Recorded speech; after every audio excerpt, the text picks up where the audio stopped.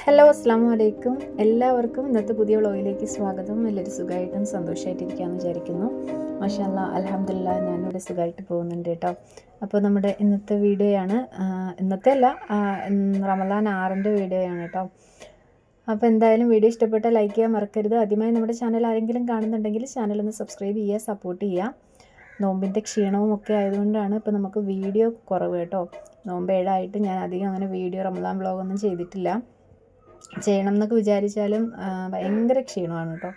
അപ്പോൾ അങ്ങ് ഖുർആനൊക്കെ അങ്ങനെയൊക്കെ ഇരുന്ന് ചിലപ്പോൾ അങ്ങ് ഉറങ്ങിപ്പോവും, ഒക്കെയാണ് സത്യം.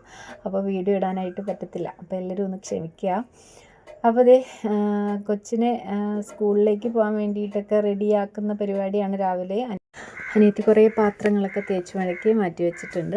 പിന്നെ ഇതേ ചോറ് വെക്കുന്ന വെള്ളമൊക്കെ അടുപ്പിലോട്ട് വെച്ച് കൊടുത്തിട്ടുണ്ട് കേട്ടോ. കൊച്ചിനെ ഞാൻ സ്കൂളിലൊക്കെ കൊണ്ടാക്കി രാവിലെ അവൾക്ക് ദോശയൊക്കെ ചുട്ട് കൊടുത്തു. ഞങ്ങൾ ഇടയത്താഴത്തിന് ഞാൻ ചോറാണ് കഴിച്ചത്, അനിയത്തി ദോശയൊക്കെ ചുട്ട് കഴിച്ചു കേട്ടോ. അപ്പോൾ ബാക്കി മാവിരിപ്പുണ്ടായിരുന്നു. പിന്നെന്താ, പാപ്പാക്കും അതുപോലെ തന്നെ മോക്കും കൂടെയൊക്കെ ദോശയൊക്കെ ചുട്ട് കൊടുത്തിട്ടുണ്ടായിരുന്നു.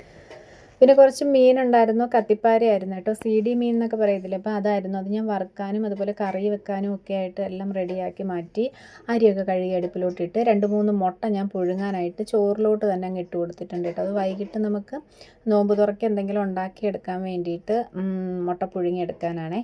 ഈ ടൈമിൽ വെള്ളം വന്നിട്ടുണ്ടായിരുന്നു. വെള്ളമൊക്കെ കാലിയായിട്ടിരിക്കുകയായിരുന്നു. നമുക്ക് ടാങ്കിലെല്ലാം എല്ലാ ടാങ്കിലും കാലിയായിരുന്നു കേട്ടോ.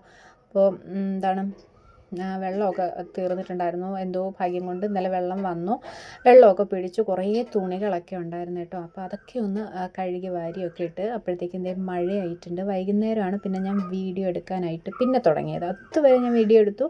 അത് കഴിഞ്ഞിട്ട് പിന്നെ അശോകന് ക്ഷീണമായി പോയി, അതുകൊണ്ട് അശോകൻ വീഡിയോ എടുത്തില്ല കേട്ടോ. പിന്നെ വൈകുന്നേരം എന്തേ ചെറിയൊരു മഴ, വലിയ മഴ അല്ലെങ്കിലും ചെറിയൊരു മഴയൊക്കെ പെയ്തു. അത്യാവശ്യം 2 ദിവസം മഴ പെയ്തപ്പോൾ ചെറിയൊരു തണുപ്പും ഒക്കെ ഉണ്ടായിരുന്നു കേട്ടോ. ഇപ്പോൾ വീണ്ടും ഇന്ന് രാവിലെ എണീറ്റപ്പം നല്ല ഒരു പുഴുങ്ങിയ ഒരു കാലാവസ്ഥ. അതായത് ഭയങ്കരമായിട്ട് അവിച്ചിൽ പോലെ, എന്തോ പറയേണ്ട, ഒരു ഹ്യൂമിഡിറ്റി, അതാണ് സംഭവം.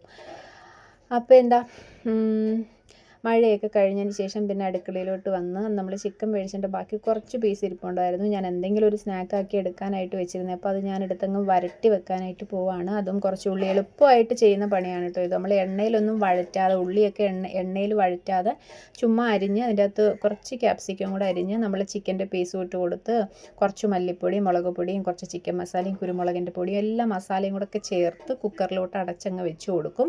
ലാസ്റ്റ് അത് വെന്ത് നല്ല അതായിട്ട് കുഴഞ്ഞ് നല്ലൊരു എന്താ പറയുക, റോസ്റ്റ് പരുവാകുമ്പോഴത്തേക്കും കുറച്ച് പച്ച വെളിച്ചെണ്ണ ഒഴിച്ച് കൊടുക്കും.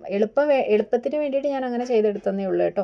അങ്ങനെ ചിക്കൻ്റെ ആ ഒരു കറിയുടെ അരി അവിടെ ഓക്കെ ആക്കി വെച്ചതിന് ശേഷം ഞാൻ ഒരു സ്നാക്ക് ഉണ്ടാക്കാൻ പോവാണ്. നമ്മളൊരു പപ്സ് പോലെ, പപ്സ് എന്നൊക്കെ വേണമെങ്കിൽ പറയാം, ഒരു തട്ടിക്കൂട്ടിയുള്ളൊരു പപ്സ് എന്നൊക്കെ വേണമെങ്കിൽ പറയാം. ഇൻസ്റ്റാഗ്രാമിൽ കണ്ടതാണ്.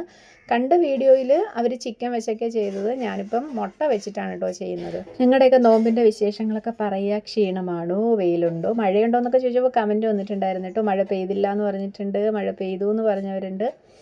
പിന്നെ എന്താ കമൻറ്റ് എൻ്റെ കമൻറ്റ് വായിച്ചില്ല എന്നൊക്കെ പറഞ്ഞില്ലേ, അത് നമ്മൾ ഒരു കമൻറ്റ് ഇടുന്നതിൻ്റെ അടിയിൽ കമൻറ്റ് ചെയ്ത് കഴിഞ്ഞാൽ നമുക്കത് കാണാൻ പറ്റത്തില്ല കേട്ടോ. സ്റ്റുഡിയോയിൽ അത് വരത്തില്ല. നമ്മൾ പിന്നെ അത് അക്കൗണ്ടിൽ പോയി ആ വീഡിയോ ഓപ്പൺ ചെയ്ത് അതിൽ വന്ന കമൻറ്റ്സ് നോക്കിയെങ്കിൽ മാത്രമേ നമുക്കത് കാണാൻ പറ്റൂ. സ്റ്റുഡിയോയിൽ കയറി കഴിഞ്ഞാൽ നമുക്കത് കാണാനായിട്ട് പറ്റത്തില്ല കേട്ടോ. കമൻസിൻ്റെ അടിയിൽ കമൻറ്റ്സ് ചെയ്യുമ്പോഴത്തേക്ക് നമ്മളത് അറിയത്തില്ല. അതാണ് കാണാതിരുന്നത് നന്ന് കേട്ടോ. പിന്നെ അതേ ഞാൻ സ്നാക്ക് ഉണ്ടാക്കാൻ വേണ്ടി നമ്മൾ ഈ ഉള്ളിയൊക്കെ വാട്ടിയെടുക്കത്തില്ലേ മുട്ടക്കറിക്ക് വേണ്ടിയിട്ട്, അതുപോലെ തന്നെ അതിൻ്റെ അകത്ത് ഞാൻ കുറച്ച് ക്യാപ്സിക്കം ഇട്ട് കൊടുത്തതേ ഉള്ളൂ. മസാലകളെല്ലാം അതുപോലെ തന്നെ കേട്ടോ. ഉള്ളി എണ്ണയിലൊന്ന് വാട്ടി ഉപ്പൊക്കെ ഇട്ട് നന്നായിട്ടൊന്ന് വാട്ടിയതിന് ശേഷം അതിലേക്ക് ക്യാപ്സിക്കം ഇട്ട് കൊടുത്തു. ഒരു ലേശം മഞ്ഞൾപ്പൊടി ഇട്ട് കൊടുക്കുന്നുണ്ട്. പിന്നെ കുറച്ച് ചിക്കൻ മസാല, കുറച്ച് കുരുമുളകിൻ്റെ പൊടി, കുറച്ച് ഗരം മസാല, അത്ര ഇട്ട് കൊടുത്ത് നന്നായിട്ട് പൊടികളുടെ പച്ചമണം മാറുന്നത് വരെ ഒന്ന് വഴറ്റി കൊടുക്കുക. ലാസ്റ്റ് മുട്ട പുഴുങ്ങി നിന്ന് ഒരു മഞ്ഞ, അത് ഞാൻ കണ്ട വീഡിയോയിൽ ഇല്ലായിരുന്നു, പക്ഷേ ആ ഒരു ടേസ്റ്റ് കിട്ടാൻ വേണ്ടിയിട്ട് ഞാനൊരു മഞ്ഞയും അതിൻ്റെ ആ വെള്ളയും കൂടെയൊക്കെ ഒന്ന് അങ്ങനെ പൊടിച്ചിട്ട് കൊടുത്തിട്ടുണ്ട് കേട്ടോ. അപ്പോൾ നമ്മുടെ മസാല അവിടെ റെഡി ആയിട്ടുണ്ട്. പിന്നെ രാവിലെ ഞാൻ പുഴുങ്ങാനിട്ട് മുട്ടയാണത്, അത് ഞാൻ രണ്ടായിട്ടൊന്ന് കീറിയെടുത്ത് വെച്ചിട്ടുണ്ട്. ഇനിയിപ്പം നമ്മളിതേ നമ്മുടെ സമൂസ ഷീറ്റ് ഉണ്ടല്ലോ, സമൂസ ലീഫ്, അത് എടുക്കുക, ഒന്നിങ്ങനെ അങ്ങനെ പ്ലസ് ചിഹ്നം പോലെ വെക്കുക, മനസ്സിലായില്ലേ, പ്ലസ് ചിഹ്നം പോലെ വെക്കുക. എന്നിട്ട് അതിലേക്ക് നമ്മളിതേ ഓരോ ടീസ്പൂൺ ഇതുപോലെ ഇങ്ങനെ കുറച്ച് മസാല അതിലേക്ക് വെച്ച് കൊടുക്കുക കേട്ടോ. അപ്പോൾ നമുക്ക് മടക്കി, അതായത് ഇങ്ങനെ സൈഡിൽ നിന്ന് ഇങ്ങനെ പുറത്തോട്ട് മസാല ചാടി പോകരുത്. അപ്പോൾ കുറച്ച് വെച്ചാൽ മതി, ഒരുപാട് വെച്ച് കഴിഞ്ഞാൽ ചാടിപ്പോവും. അപ്പോൾ കുറച്ച് മസാല വെച്ച് കൊടുക്കുക. എന്നിട്ട് അതിൻ്റെ മുകളിൽ ചിക്കൻ ആണെങ്കിൽ ചിക്കൻ വെച്ച് കൊടുക്കാം, ബീഫ് ആണെങ്കിൽ ബീഫ് വെച്ച് കൊടുക്കാം നിങ്ങൾക്ക് കേട്ടോ. അതെല്ലാം മുട്ടയാണെങ്കിൽ ഇതുപോലെ മുട്ട ഒന്ന് കീറി വെച്ച് കൊടുക്കാം. രണ്ടായിട്ടൊന്ന് കീറി എടുത്തിട്ടുണ്ട്, അത് ഞാൻ ഇതുപോലെ അങ്ങ് വെച്ച് കൊടുക്കുന്നുണ്ട്. നല്ല ഒരു മസാലയായിരുന്നു, നല്ല ടേസ്റ്റുമാണ്. അത്യാവശ്യം പിള്ളേരെയൊക്കെ പറ്റിച്ച് പപ്സ് എന്നൊക്കെ പറഞ്ഞ് കൊടുക്കാം, കുഴപ്പമില്ല. അപ്പോൾ ഞാൻ അങ്ങനെയാണ് പാത്തുന് കൊടുത്തത്. പക്ഷെ നല്ല ടേസ്റ്റ് ആയിരുന്നു കേട്ടോ. നോമ്പ് തുറന്ന് ഞാൻ കഴിച്ചിട്ടുണ്ടായിരുന്നു, നല്ല ടേസ്റ്റ് ഉണ്ടായിരുന്നു. അപ്പോൾ ഇതുപോലെ ഒന്ന് ചെയ്ത് നോക്കിയാൽ മതി കേട്ടോ. എന്നിട്ട് നമ്മൾ ഈ അടിയിൽ ആദ്യം വെച്ച് കൊടുത്ത ലീഫ് ഉണ്ടല്ലോ, അതാണ് ആദ്യം മടക്കി വരേണ്ടത്. അത് അങ്ങോട്ടും ഇങ്ങോട്ടും മടക്കി വരിക. പിന്നെ ഒട്ടിക്കാൻ വേണ്ടി ഞാൻ എടുത്തിട്ടുള്ളത് ഗോതമ്പിൻ്റെ പൊടിയാണ്, മൈദമാവാണ് എടുക്കേണ്ടത്. മൈദമാവ് ഇരിപ്പില്ലായിരുന്നു, അതുകൊണ്ട് ഞാൻ പിന്നെ ഗോതമ്പ് മാവ് വെച്ച് അങ്ങ് അഡ്ജസ്റ്റ് ചെയ്തു. പക്ഷേ ഇളകിയൊന്നും പോയില്ല കേട്ടോ, മസാലകളൊന്നും പുറത്ത് പോയില്ല, ശക്കലം പോലും പോയിട്ടില്ലായിരുന്നു. അത്യാവശ്യം നല്ലതുപോലെ തന്നെ കിട്ടുകയും ചെയ്തിട്ടുണ്ടായിരുന്നു. ഞാൻ വീഡിയോ കണ്ടതിനേക്കാൾ നല്ല രീതിയിൽ എനിക്ക് കിട്ടി.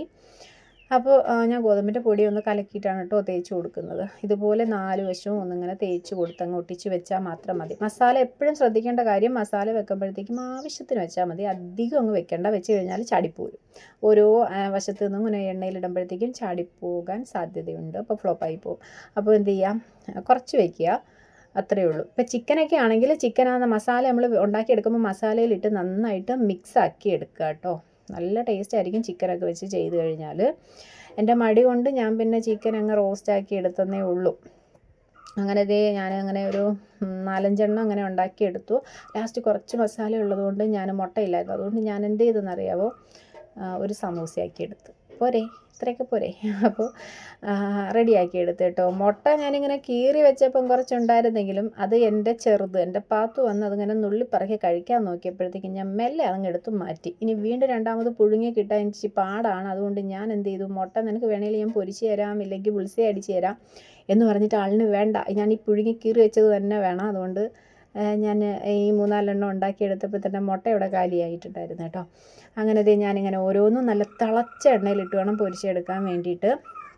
നമ്മൾ ഈ സമൂസ ആണെങ്കിലും കട്ട്ലറ്റ് അങ്ങനെയൊക്കെയുള്ള ഐറ്റംസ് നല്ല എണ്ണ നല്ല പാകമായിട്ട് ചൂടായതിന് ശേഷം ഇടാവൂ. ഇട്ട് കൊടുത്ത് അപ്പോഴേ നമുക്കങ്ങ് എടുക്കണം, ഒരുപാട് സമയം അതിങ്ങനെ എണ്ണയിൽ കിടക്കേണ്ട. മറ്റുള്ള എണ്ണക്കടി പോലെയല്ല ഇതൊന്നും, പെട്ടെന്ന് തന്നെ ആവുന്നത്. കാരണം നമ്മൾ മസാല എല്ലാം വഴറ്റി ഇതിനകത്ത് വെച്ചിരിക്കുന്നതല്ലേ ഉള്ളൂ. ഇതിൻ്റെ പുറമേ ആ ഒരു സമൂസ ലീഫൊന്ന് പൊള്ളി വന്നാൽ മാത്രം മതി. അതുകൊണ്ട് നമ്മൾ തിളച്ച എണ്ണയിലോട്ട് ഇടുക, അപ്പോഴത്തന്നെ അങ്ങ് എടുക്കുക കേട്ടോ. അങ്ങനെ ഞാൻ ഓരോന്നും ഇങ്ങനെ പൊരിച്ച് കോരിക്കൊണ്ടേ ഇരിക്കുകയാണ്. 2-3 ദിവസമായിട്ട് ഭയങ്കര ക്ഷീണമാണ്. മഴ പെയ്ത ദിവസം കുഴപ്പമില്ലായിരുന്നു കേട്ടോ. ഇന്നലത്തെ നോമ്പ് 6 അയ്യോ എനിക്ക് ഭയങ്കര പാടായിരുന്നു, ഭയങ്കര ക്ഷീണമായിരുന്നു. അപ്പോൾ നിങ്ങളുടെയൊക്കെ എങ്ങനെയാണ് നോമ്പിൻ്റെ വിശേഷം എന്നൊക്കെ ഉള്ളത് കമൻറ്റ് ചെയ്യുക. അപ്പോൾ പിന്നെ മത്തങ്ങ ഉണ്ടായിരുന്നു, തണ്ണിമത്തങ്ങ. അങ്ങനെ തണ്ണിമത്തങ്ങയൊക്കെ കട്ട് ചെയ്തു. ശരിക്കും പറഞ്ഞു കഴിഞ്ഞാൽ എനിക്ക് വെള്ളമാണ് കേട്ടോ വേണ്ടത്. ഞാനിതുപോലെ മുറിച്ച് ജ്യൂസാക്കി വെക്കും കേട്ടോ. ഞാൻ ഇതാണ് കുടിക്കുന്നത്. ഞാനൊരു ചരുവം വേണേലും ഇരുന്ന് കുടിക്കും, അത്രയ്ക്കും ദാഹമാണ്. അതുകൊണ്ട് ഞാൻ എന്ത് ചെയ്തു, ഇത് കുറച്ച് ജ്യൂസാക്കി എടുക്കും, പിന്നെ കുറച്ച് കട്ട് ചെയ്ത് വെക്കും. ജ്യൂസ് അടിച്ച് കുടിച്ച് ഞാനങ്ങ് കുടിച്ചോളൂ കേട്ടോ. അപ്പോൾ നല്ല തണുത്ത വെള്ളത്തിൽ, ഞാൻ തണുത്ത വെള്ളം കുടിക്കാറില്ല, തണുത്ത ഒന്നും കഴിക്കത്തില്ല, എനിക്ക് പ്രശ്നമാണ് അലർജിയുടെ. പക്ഷേ ഇപ്പോൾ നോമ്പ് തുടങ്ങിയതിന് ശേഷം ഞാൻ തണുത്ത് നല്ല ഫ്രിഡ്ജിൽ വെച്ച് നല്ല തണുപ്പിച്ചാണ് കുടിക്കുന്നത്. അങ്ങനെ ജ്യൂസൊക്കെ അടിച്ച് ഫ്രിഡ്ജിലോട്ട് മാറ്റി. പിന്നെ നോമ്പ് കഞ്ഞി വെച്ചിട്ടുണ്ടായിരുന്നു കേട്ടോ, കഞ്ഞി ഇല്ലാതെ പറ്റത്തില്ലല്ലോ. പിന്നെ കമൻ്റ് ഉണ്ടായിരുന്നു പള്ളിയിൽ കഞ്ഞി കിട്ടത്തില്ലെന്ന്. കഞ്ഞി കിട്ടും കേട്ടോ, കഞ്ഞിയും അതിൻ്റെ കൂട്ടുകറിയും ഒക്കെ കിട്ടും. പക്ഷേ പോവാൻ പാടായതുകൊണ്ട് ഞാനങ്ങ് ഉണ്ടാക്കി എടുക്കുന്നതേ ഉള്ളൂ. ഇവിടെ പിന്നെ ഞങ്ങൾക്ക് 2 പേർക്കല്ലേ നോമ്പുള്ളൂ, അതുകൊണ്ട് ഞാനങ്ങ് ഉണ്ടാക്കിയെടുക്കുന്നതാണ് കേട്ടോ. അങ്ങനെ ഞാൻ പൊടിയും കലക്കി കുറച്ച് വെള്ളം കൂടെ ജ്യൂസാക്കി എടുത്തിട്ടുണ്ടായിരുന്നു. തണ്ണിമത്തങ്ങ കട്ട് ചെയ്തു, ഈത്തപ്പഴം വെച്ചിട്ടുണ്ടായിരുന്നു കേട്ടോ. അപ്പോൾ പിന്നെ ചായ ഇടുന്നുണ്ട്. അപ്പോൾ ഇതൊക്കെ തന്നെയാണ് നമ്മുടെ റമദാൻ 6ൻ്റെ വിശേഷങ്ങൾ. വീഡിയോസ് ഇഷ്ടപ്പെട്ടാൽ ലൈക്ക് ചെയ്യാൻ മറക്കരുത്. നമ്മുടെ പഴയ വീഡിയോസൊക്കെ പുതിയ കൂട്ടുകാരുണ്ടെങ്കിൽ ഒന്ന് കണ്ട് സപ്പോർട്ട് ചെയ്യുക. സബ്സ്ക്രൈബ് ചെയ്യാതെ കാണുന്ന കൂട്ടുകാർ സബ്സ്ക്രൈബ് ചെയ്യുക. ഇൻഷാ അല്ലാഹ് നാളെ കാണാം. അസ്സലാമു അലൈക്കും, ബൈ.